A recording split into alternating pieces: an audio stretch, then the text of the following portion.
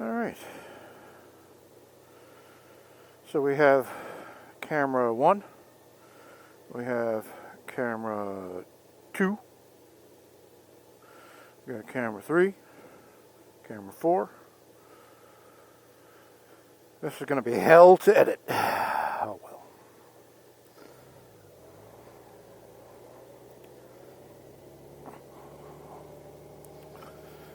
Got to mow the lawn soon, I think. Grows more quickly at this time of the year, I think. Yes, we do think that.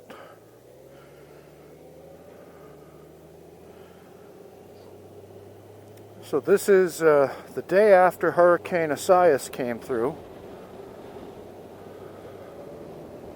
Or Tropical Storm Isaias, I can't remember. What's this, the 5th of August maybe? I think this is the 5th, 4th or 5th. 2020, of course. I'm on my way to work.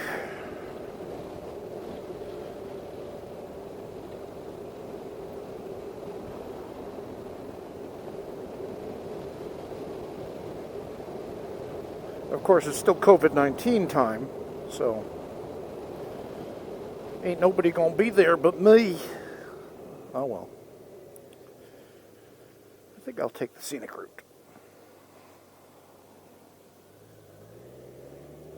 You like that stop sign right there? Full stop.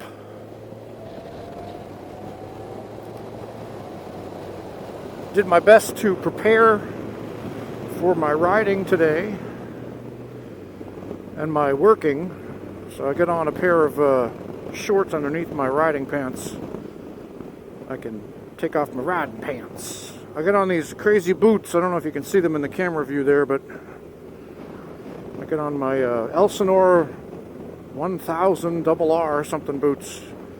Kind of motocross inspired.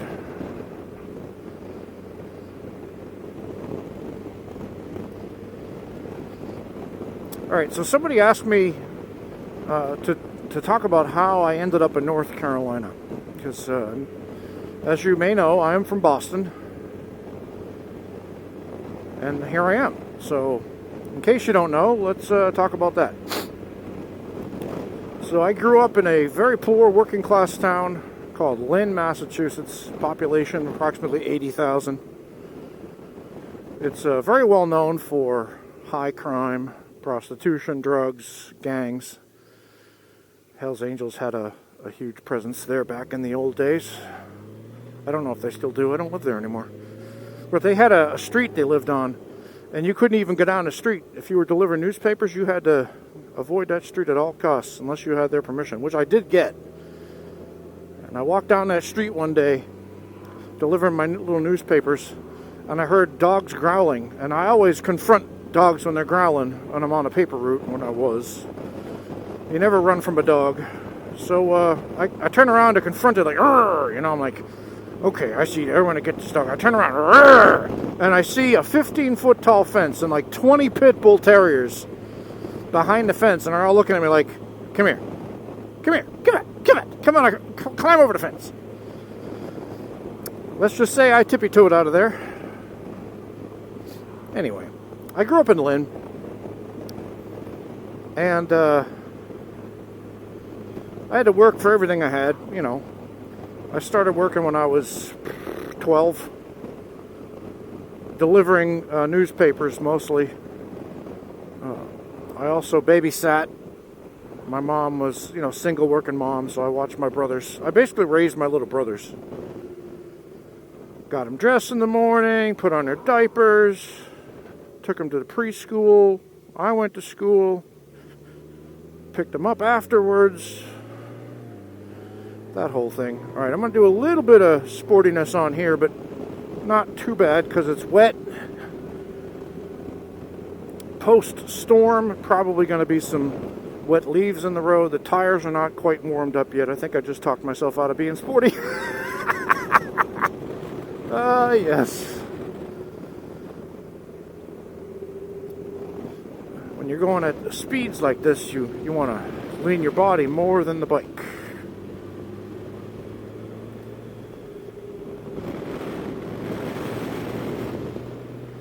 It wasn't too bad. Nothing fancy. Ooh, the water's high. Wow.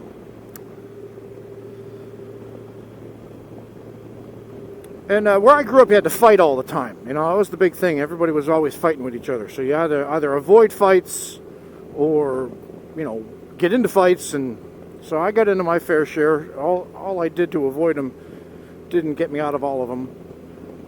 And my father taught me all the Marine Corps karate stuff because my dad was an extraordinarily adept person at violence. Lovely. I love my dad. My dad loved me, protected me, only hit me twice my whole life. And that was fine. But the man was a holy terror. And some of you watching have heard the stories about him. Some of you heard stories not even from me, but from other people. My dad was he worked part-time for the mafia. He'd be the button man. He'd go push a button on a guy. You know, Ziggy would call him and say, "Hey, I got a guy down in Florida that's not paying me. You gotta get on and push a button on him." So my dad would go on missions and he'd push a button on a guy, meaning beat the living crap out of him. And I'm sure that there are some people wearing concrete shoes that my dad put on them. I have no doubt about that. Oh, I see a car coming beyond that fence. I'm going to be careful.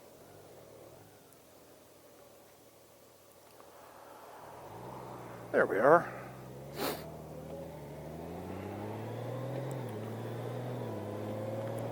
Hello, cows. So, I always wanted to get out of that town, you know. Everybody told me, my mom, my dad, everybody told me, get out of this town, get out of, you know, this level of life, you know, welfare, working class, you know, working in the stockroom at Child World or Sears or something. Get out of that. Go to college, get an education. So I did. I got out of there. And now everybody's like, why did you leave? Not the way, though. So I went to community college 2 years, transferred to a school up in New Hampshire for 2 years. Actually, a year and a half, because I was going to go to the British campus. I went to the British campus of that college, ran out of money, had to come to the American campus of it, which I didn't want to be at, but oh well, long story. Graduated with a bachelor's degree in political science from New England College in Henniker, New Hampshire. Then I went to grad school because I wanted to join the Peace Corps. I couldn't join the Marines like my dad because I had asthma real bad. So I wanted to give my country service. I wanted to serve my country. And the only way I could do it was to volunteer for the Peace Corps, which was a long and arduous process. It takes a year. And you got to go through all kinds of stuff. Background checks, health checks, all this. And I had to fight to get in because of the asthma. They weren't going to take me, but I had to fight and do all this extra exercise to prove that I was going to be all right.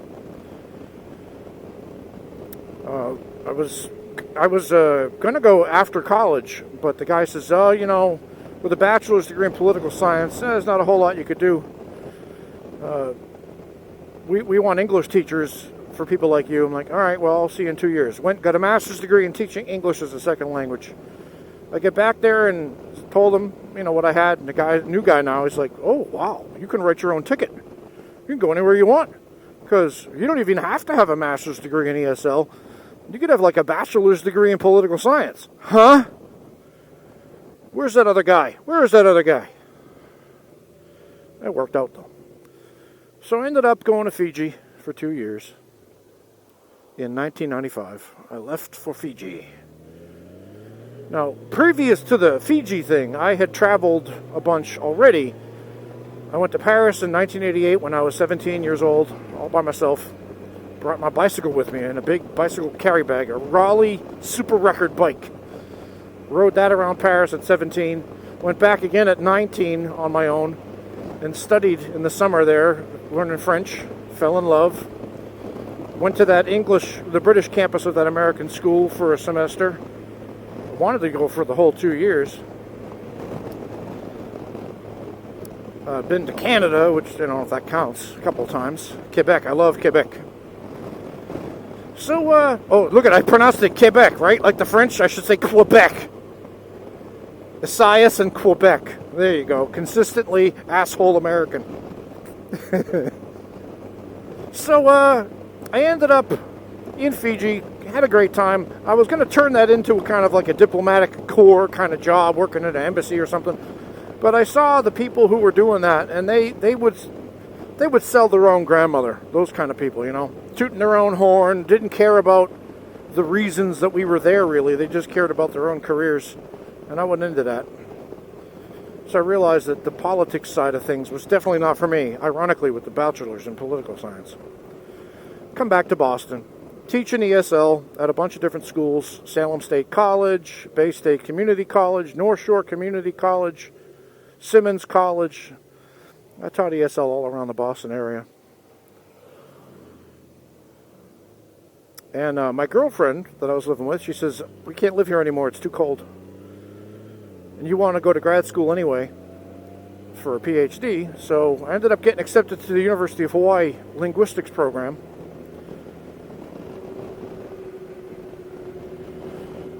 So we went there. Ended up studying there for 5 years. Bought a house. House more than doubled in value.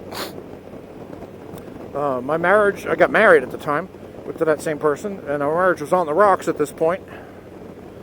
Ended up selling the house, not finishing the PhD because they didn't have anybody to supervise my dissertation. They had changed the focus of their program while I was there. So there was nobody to do my dissertation chair. So, oh well. And we were going to go to San Diego, but way too expensive and corrupt. Then we were going to go to Portland.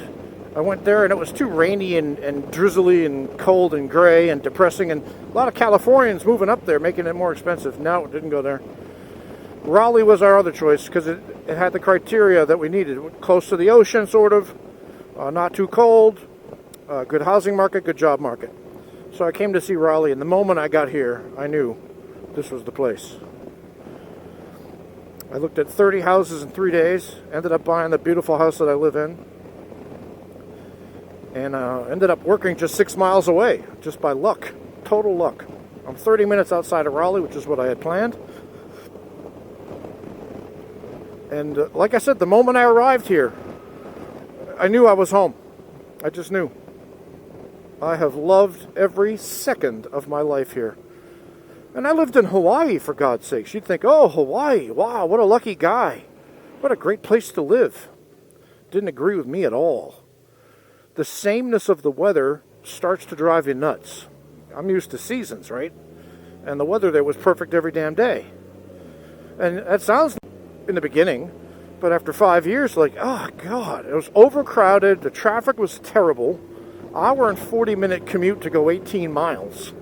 If you can believe that crap.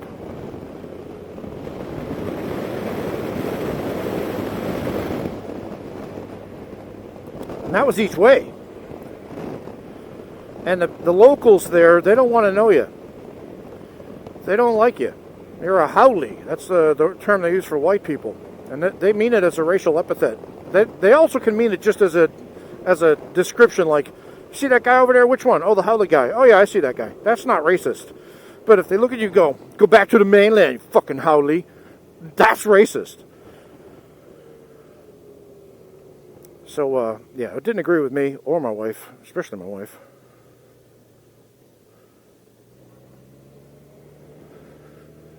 And, ended up moving here.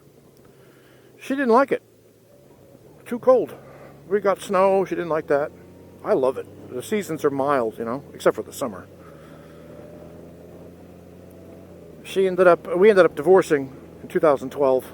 She moved down to Florida, and she's been there ever since. She loves it down there. She got a nice house. Everything's great.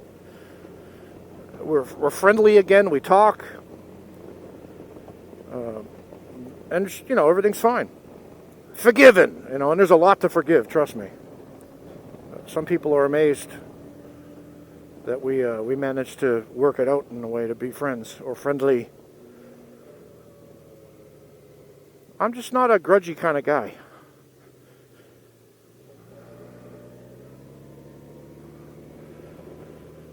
And here I am on the practice lot again. What a surprise.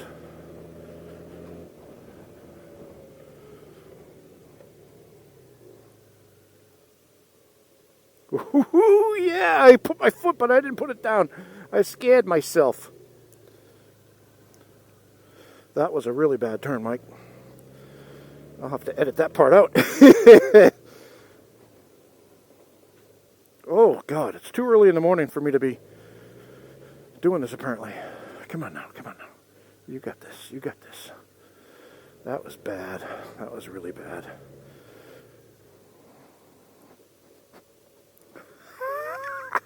I gotta do that more.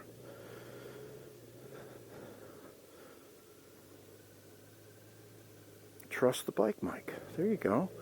Just trust the bike. The right side scares me.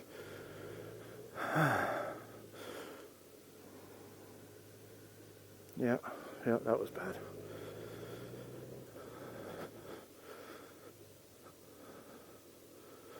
There you go. There you go.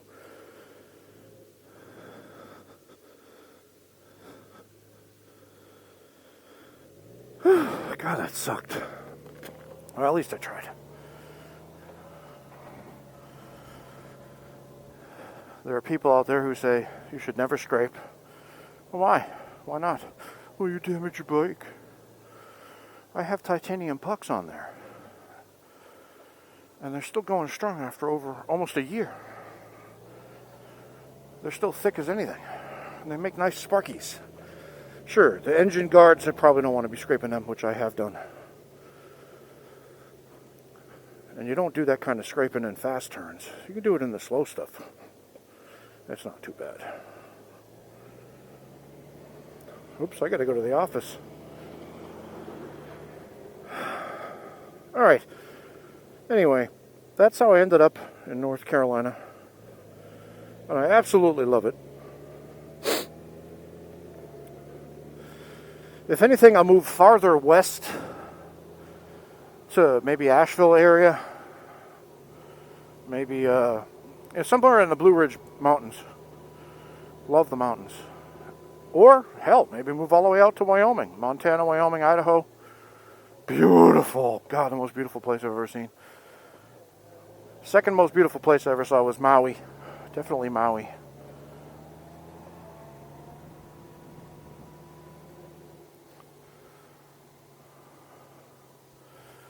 Okay. Take care of yourselves. We'll talk to you later.